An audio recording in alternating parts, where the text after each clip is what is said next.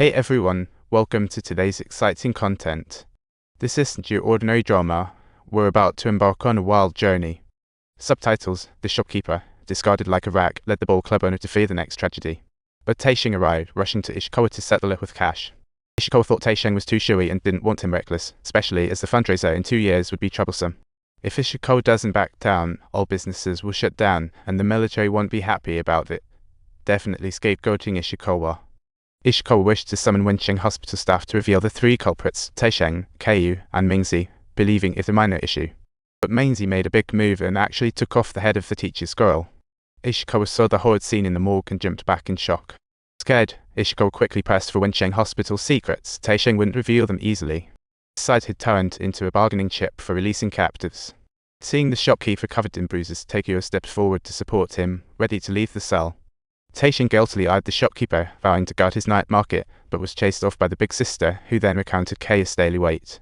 Taisheng and Kei reunited after a long time, feeling like they just had a taste of dummy candy. Meanwhile, Ishikawa learned from Taisheng that the scholars had initiated human experiments. Ishikawa questioned why Mingzi was involved. Their marriage was merely for profit. The scholar returned to Korea and married Ishikawa. Ishikawa planned for the scholar's family to become leader, ignoring each other's business. But the scholar broke down at news of Mingzi's pregnancy. Ishikawa angrily accused him of breaching the agreement. For revenge, he revealed Taisheng and Kei's romance, taunting the scholar. After Ishikawa left, the scholar cast a cold glance at the captivating maid, determined to keep an eye on Taisheng's little Jingyuan, and took the chance to pounce on Mingzi. As Taisheng and Kei prepared for a date, they rushed over at gunshots, knowing Mingzi targeted Jingyuan to investigate. Kei made a successful hit to catch Mingzi's attention, and then Taisheng spotted a familiar face that left her utterly stunned. The scholar found Zhongzuo and inquired about the monsters. Zhongzuo proudly displayed the parasites among the officers. Truly, the scholar thought these parasites would turn people into monsters, but Zhongzuo denied it, saying they would only produce a predator that still looked human-like. They hunt instinctively, feed on human brains, possess superhero-like combat, and incredible healing. Kei's mother became a monster because she was injected with the bizarre serum, and when Zhongzuo opened the fridge to show it, it was chilling. Predators become monsters post-serum injection. The scholar's query exposes their weakness, but it's inconvenient. Monsters hated sunlight and water. Zhongzuo found it out they'd forgotten all until Kei appeared and restored their senses.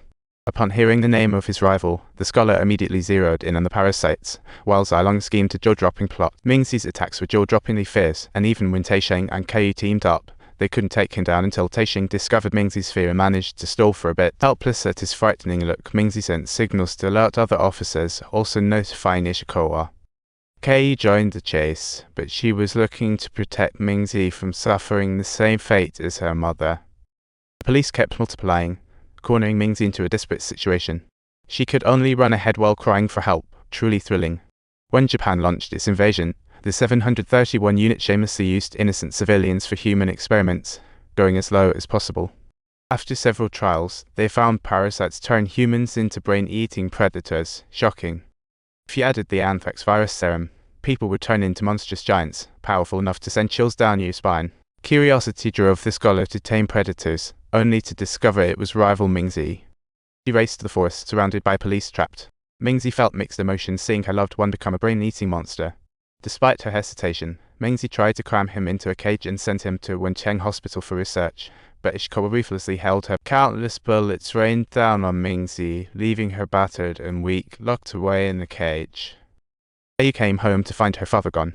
A letter revealed had left to find her mother, leaving her anxious. Wencheng Hospital was heavily guarded, and her father, unarmed, couldn't simply waltz in. After explaining his identity, he finally got permission to enter. He got to see the monster but was locked up afterward. All the previously soothed monsters became violent again until Zhongzuo felt the need to bring Kei before the monster. Despite Ishikawa being rescued by the director, his condition remained grim, with the fatal wound on his neck haunting him. The director called the scholar to inform him that Ishikawa might not have long to live. The scholar merely sighed, saying what a shame, as if Ishikawa were a stranger. At that moment, he was rummaging through photos and finally found a picture of Kei and her mother, leading him to decide to take action to prevent the horror that was about to unfold. Taisheng resolved to halt invaders, aware inaction meant crises. He vowed to safeguard his father. Taisheng took Kei to the pawn shop and picked out a lucky bracelet as a gift, cheering her on. Taisheng promised a bright and shining future for the two, resolving to embark on their secret mission. Kei discovered Taisheng had slipped her a gun without her noticing. Oh my, what a shocking turn.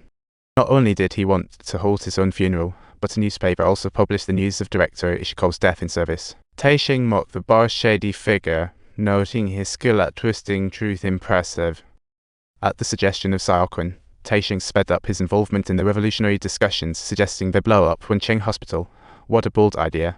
However, news came to Kei about heavy sentencing. She didn't choose direct confrontation to monitor Taisheng's actions. In the assassination of Ishikawa, Kei decided to shoot him, hitting her mark. The once unstoppable monster was now sealed up in Wencheng Hospital, sending chills down the spine. If you enjoy our content, be sure to subscribe, hit that little bell, and never miss an update.